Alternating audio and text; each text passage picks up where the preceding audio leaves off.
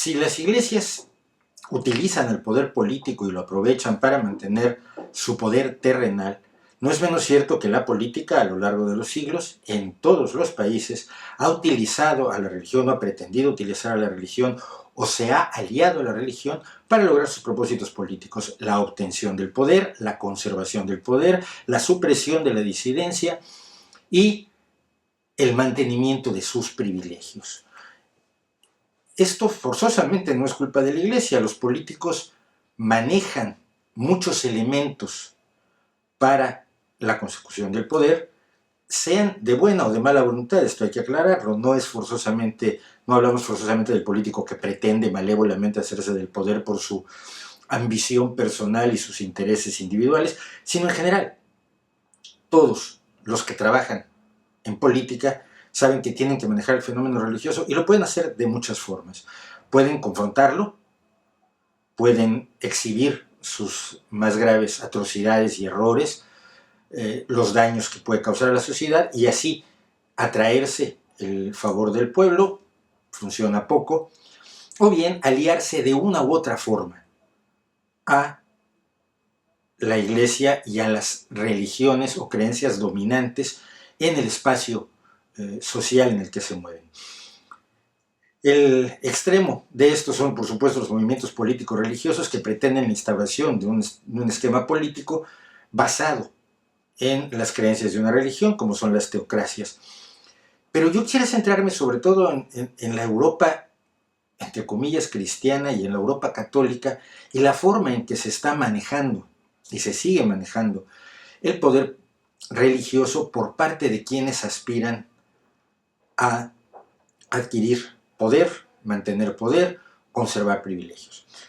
Una cuestión importante: todo gobernante democrático, y partimos de la base de que la democracia, siendo imperfecta, sigue siendo el menos malo de los sistemas que nos hemos inventado los seres humanos, todo demócrata tiene que estar consciente de que al llegar al gobierno, gobierna para toda la población, independientemente de que haya sido electo por una mayoría que favorece un programa determinado.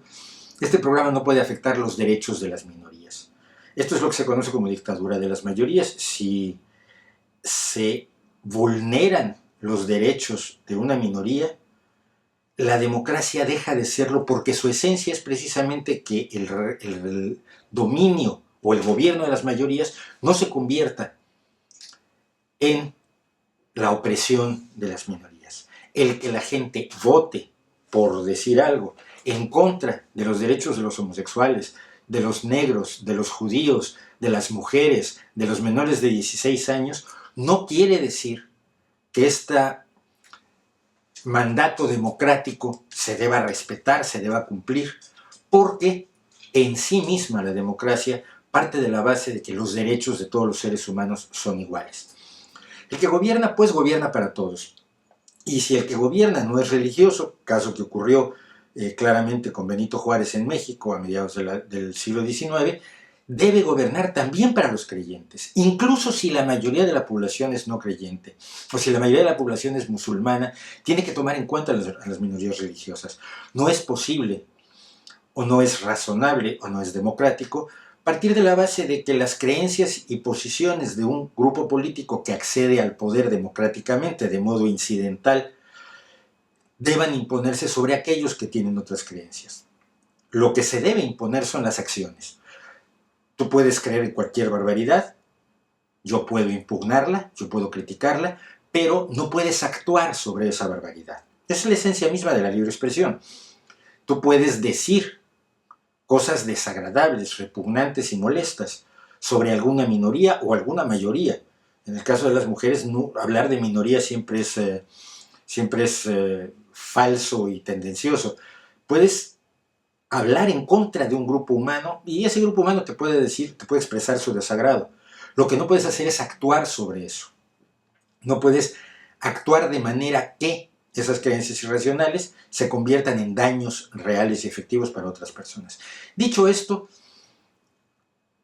el interés de algunos grupos de acercarse a alguna religión o a la religión dominante, más allá de esta responsabilidad democrática del respeto y de la libertad religiosa genuina, que implica que ninguna confesión tiene superioridad o preeminencia por encima de las otras, llega a ser preocupante. Y llega a ser preocupante cuando proviene precisamente de espacios como la izquierda, donde supuestamente hemos, y lo digo porque lo digo en plural de la primera persona, perdón, porque yo me considero, y siempre he sido un hombre de izquierda, de allegarse el apoyo de quienes han ejercido el poder ilegítimo de la religión para conseguir el poder.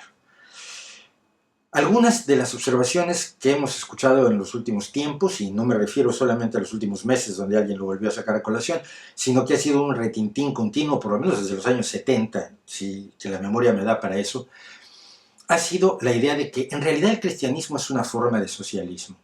La respuesta a ello, de manera simple y directa, es no. No es verdad. Absolutamente no. El cristianismo es una forma de monarquía.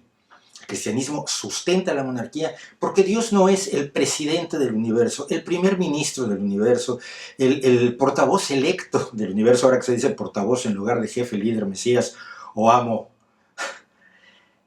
Dios es el rey del universo. El esquema del universo que se nos plantea desde los inicios del primero de los tres monoteísmos, el judaísmo, y que retoma el cristianismo, es el esquema monárquico. Dios es un rey, nombra reyes, y en la sociedad humana hay un estamento y hay una jerarquía en la cual están hasta arriba los que tienen capacidad de mandar, los que tienen la soberanía entregada por Dios, los que sin ejercer realmente una función más beneficiosa para la sociedad que otros, se ubican porque tienen el apoyo de la Iglesia.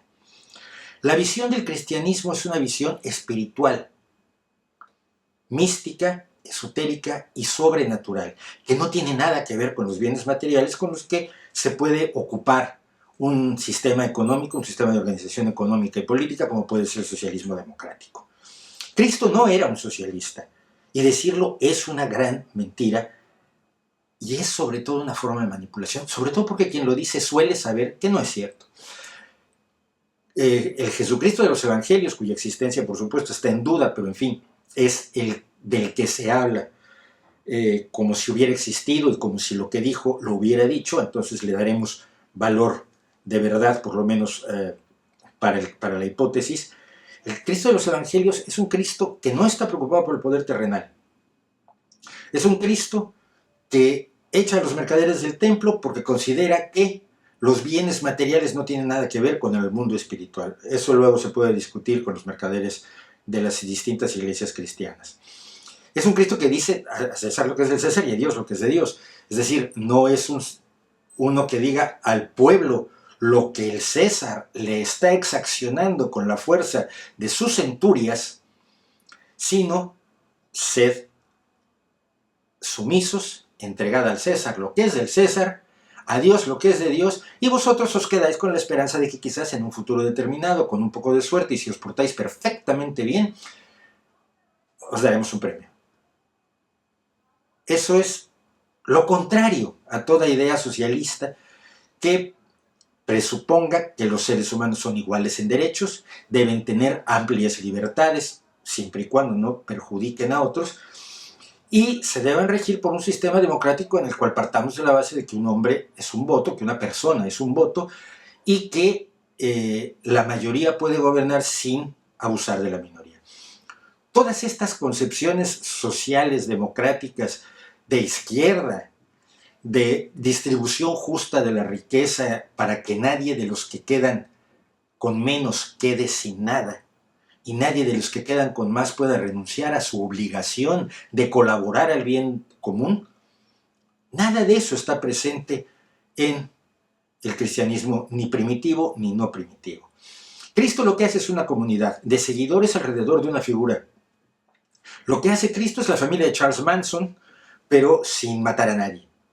Pero el esquema de organización es exactamente el mismo de cualquier otra secta, un grupo de personas que lo abandona todo para seguir a un líder carismático que afirma tener una relación privilegiada con la deidad, que se autonombra hijo de Dios y que por tanto exige una serie de cosas a sus seguidores y establece una serie de ordenamientos, muchos de los cuales son cuando menos discutibles en el terreno humano.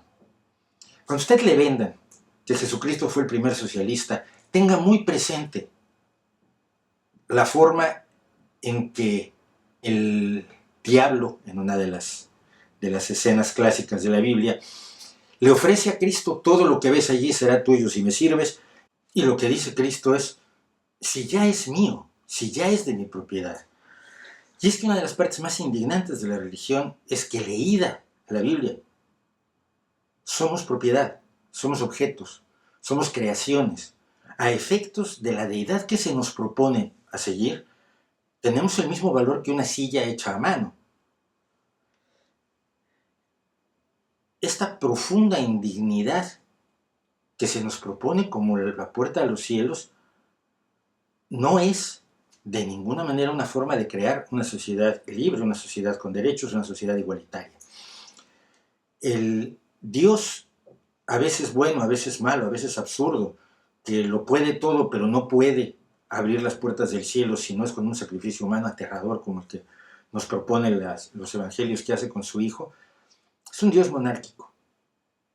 No es el Dios de una ilustración donde nos hemos dado cuenta de que no somos creación, de que somos producto del universo y que por lo tanto nuestra igualdad es de base, nuestra igualdad es de origen, nuestra igualdad es absoluta y no hay un Dios que pueda decir: Él es mejor, Él tiene sangre azul, Él merece gobernar. Somos nosotros quienes nos tenemos que dar el mejor gobierno que podamos, aunque a veces no nos salga tan bien como quisiéramos.